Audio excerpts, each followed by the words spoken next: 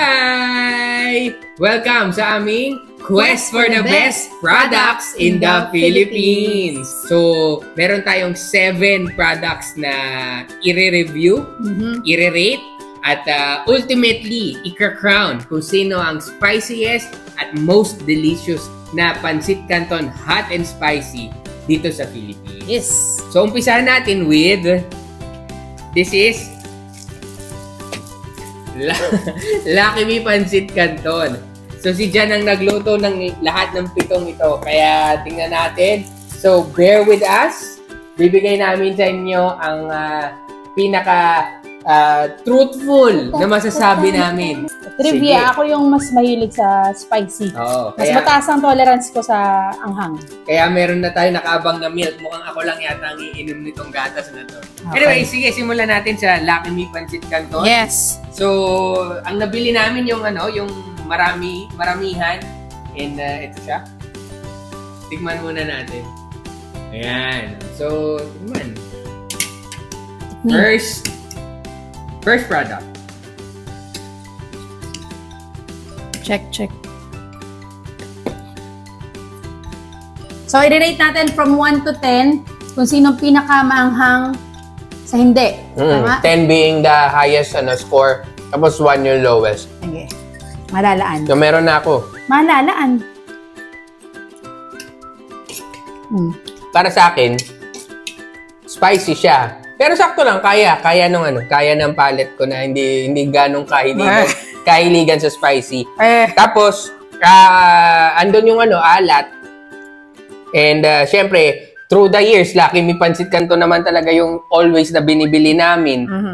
Simula pagkabata. Kaya, masasabi ko, ako ang spicy nito, 8. Oh, and then yung pagkasarap niya, ang rate ko dito is 8.5. Okay, sa akin, yung sa lasa, di siya ganun sobrang maalat, sa sobrang tabang, sakto lang. Sa anghang, mga nasa number, naglalaro sa 5 to 6, mga ganyan. 5 to 6 lang. Kasi, sa akin kasi nga mataas na yung tolerance ko sa anghang, kaya siya kaya siya, 5 to 6, ganyan. Ganon. Pero hindi rin siya sobrang maalat. Kaya parang nagbabalance out lang yung anghang, tapos yung saktong alat niya. Actually, mas malinamnam siya. More on malinamnam side. Para sa akin. So, yung yung score mo is? Mga sarap? 6. Sarap, mga nasa 6. 6. Yung anghang? Mga ganon din. 6 din. Ganon. 5. Okay. So, next up. Next is ang Indomie. Ano yan? Migore Indomie. Ayan. Pakita mo nga. Kasi parang dalawa yung nabili natin na Migore? Hindi.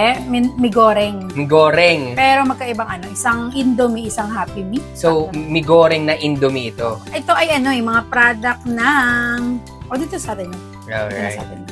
So, sige. Let's taste it. Let's taste it, Pinas!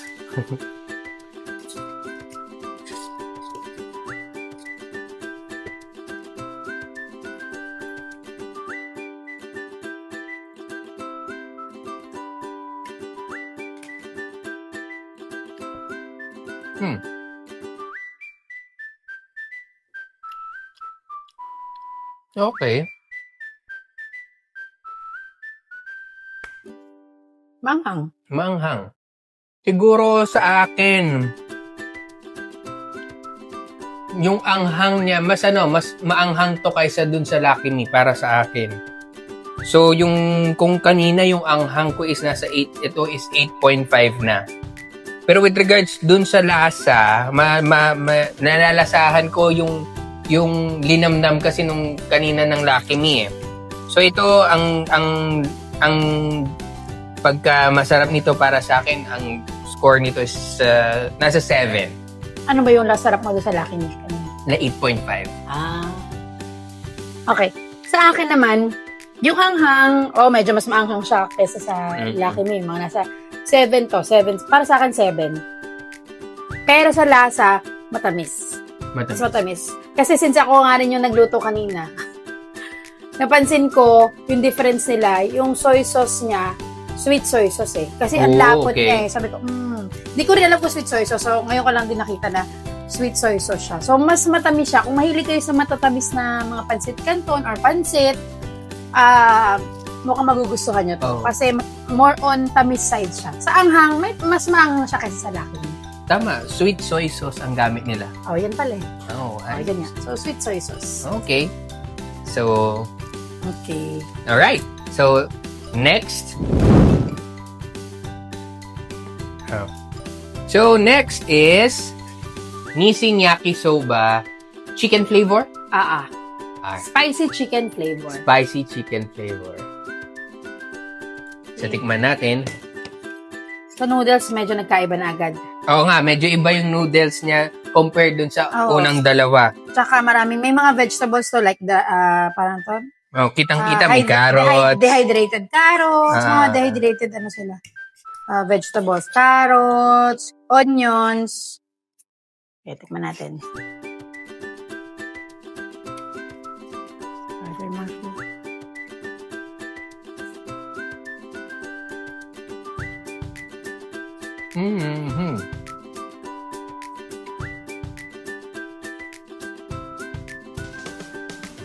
Wala masyadong anghang.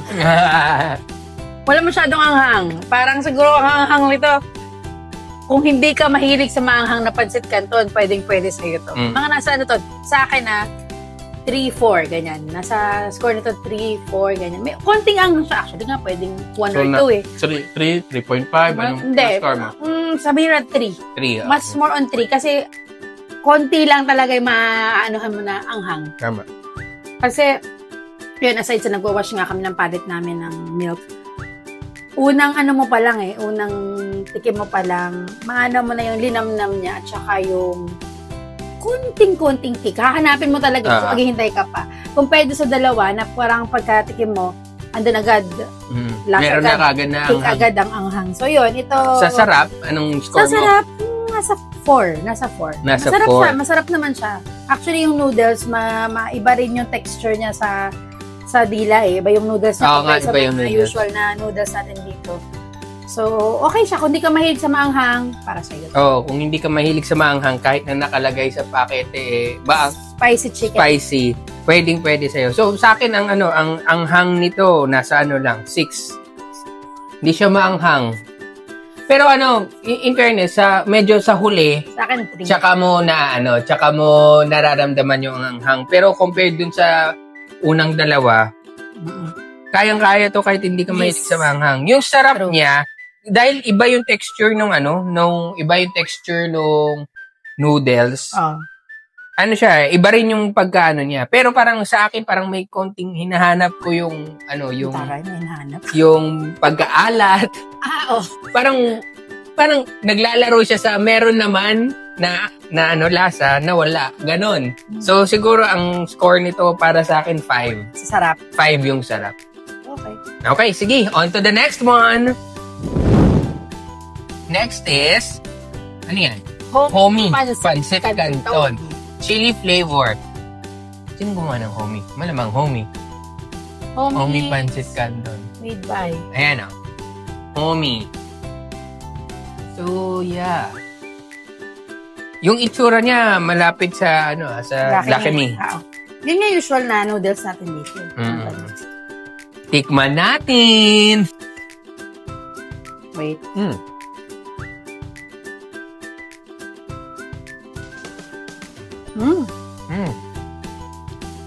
Meron siyang... Wala pa. Alam mo, meron siyang kalasa na inuulam. Anong niya, ingredients? Pansit. Pansit yung inuulam. Hindi, meron. Malasa. Maalat na malinamnam. Tamis, hindi masyado. Pero maalat na malinamnam. Masarap. Yung sa anghang, mga nasa 5. 5 or 4. Mga 4. Kasi, di siya agad kumagat ang Hindi ganun kaanghang eh. Mga 4 or 5, ganyan sa akin. Anong score mo? 5. 5. Sa lasa, malasa siya, mga nasa 7. Wow! Sarap. Sarap, sarap. Masarap? Sarap. Yun pala agad ang unang pagka... Ano ko yung malasa, homie. Taas na score mo Oo, bakit? 7? Okay. 7. Sarap siya. Okay. Oh, in fairness, sa homie. Yung... Ba't homie? Ano ba talaga to? Chili. Chili flavor ba talaga? Yabang! Alam mo naman katakasan ng ano. Wala naman. Konting ang hangmat. Although, mas maanghang pa siya kaysa kay yakisoba. Oh, talaga? Mas maanghang siya kay yakisoba. Ako, hindi ko na... sa akin, ito, yung anghang, Si yakisoba, konti. nasa 4. 4.5. Parang wala eh. Si yakisoba kasi, sa huli, tsaka nagkikick in yung anghang. Pero ito parang wala. Pero iba yung sarap niya. Parang may napapaalala siya na inuulam ko. Hindi ko alam. Parang ulam siya eh. So yung sarap nito ang score ko nasa sa 7.5. Okay, yung mataas kasi yung score ko with Lucky Me eh. Oh, 8 kasi malinamnam talaga para sa akin yung Lucky Me. Pero ito alam ko price point mura to eh. Mura to. Pero yung lasa niya, nasa 7. 7. Yun ang final score ko. Lasa ng homie 7. Magandang alternative. Pwede nga siyang ulamin eh. Pwede. Kung kayo yung katulad ng mga Pinoy, na usual Pinoy na pinanguulam ng pancit canton, ang sarap nito, pang-ulam. Kasi malasa, lalo na kanin, mainit. Alright. Sige, down to our last 3. Bago natin ipagpatuloy ang pag-review, ito muna so far ang ranking kung sino ang spiciest at most delicious. At first place sa pinakamaanghang ay ang Indomie Goreng. Tapos, ang pinakamasarap naman so far na pancit canton, we have a tie kay Lucky Me at Homie. May 3 more products pa tayo to go. May mas tataas pa kaya ang scores with Indomie Goreng at Lucky Me Pancit Canton and Homie? Let's see! Next is Mi Goreng. Happy Me by Gardenia. Happy Me by Gardenia.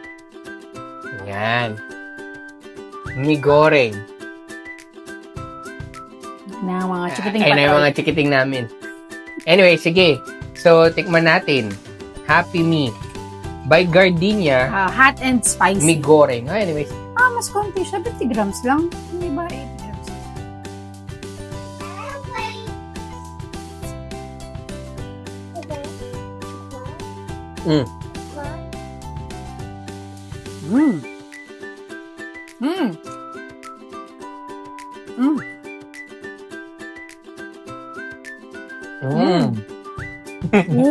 Oy.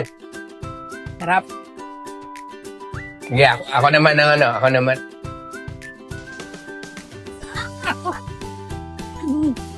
Ano? Nauna na ako magsalita. Anghang. In fairness, yung anghang niya. I love it. Sarap.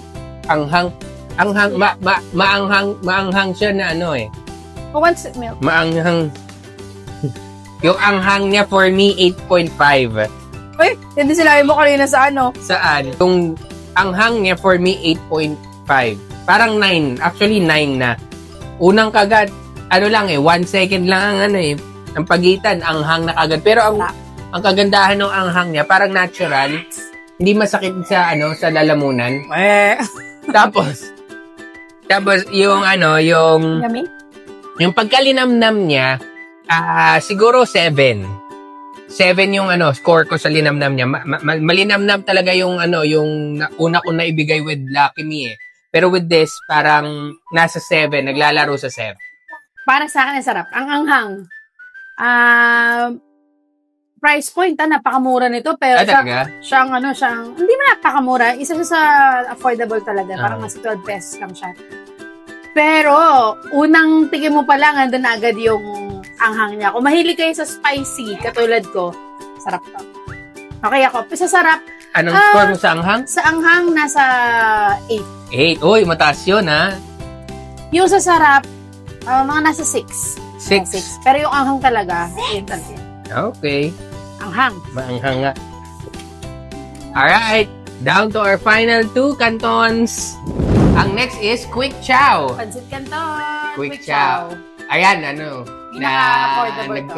commercial din yan eh. So, ito ay chili mansi. Kaya pala, matalamansi. Mas pinasarap.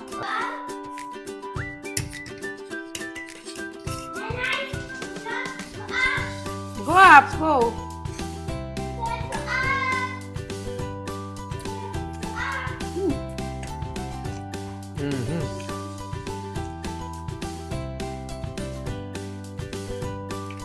Sarap. Makalamansi siya. Oo, makalamansi siya. Actually, parang wala siyang anghang. Wala siyang masyado. Wala talaga. Parang walang anghang. So, sa akin, Pero masarap. ang pagka-spicy niya, score ko nasa lang. Wala talaga, oh. Hinahanap ko eh. Wala masyado. Wala. Nasa 3 yung pagka-spicy niya.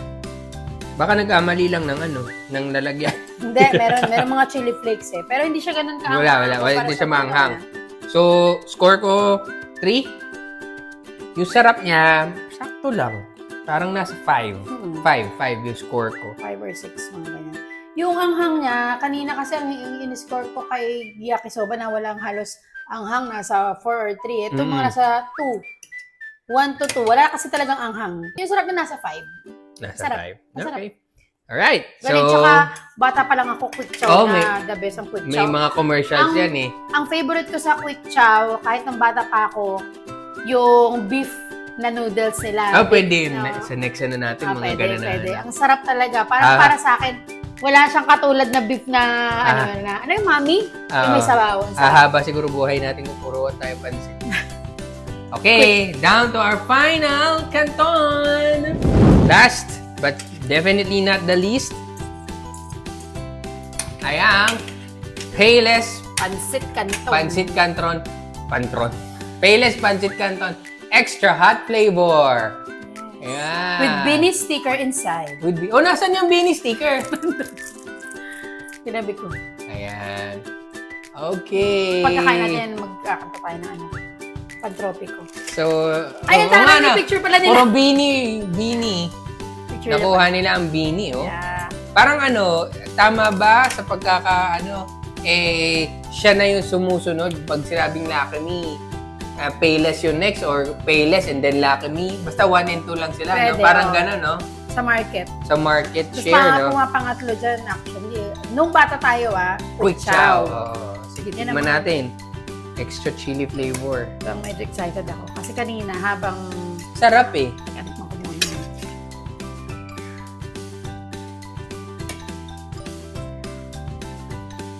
Sarap.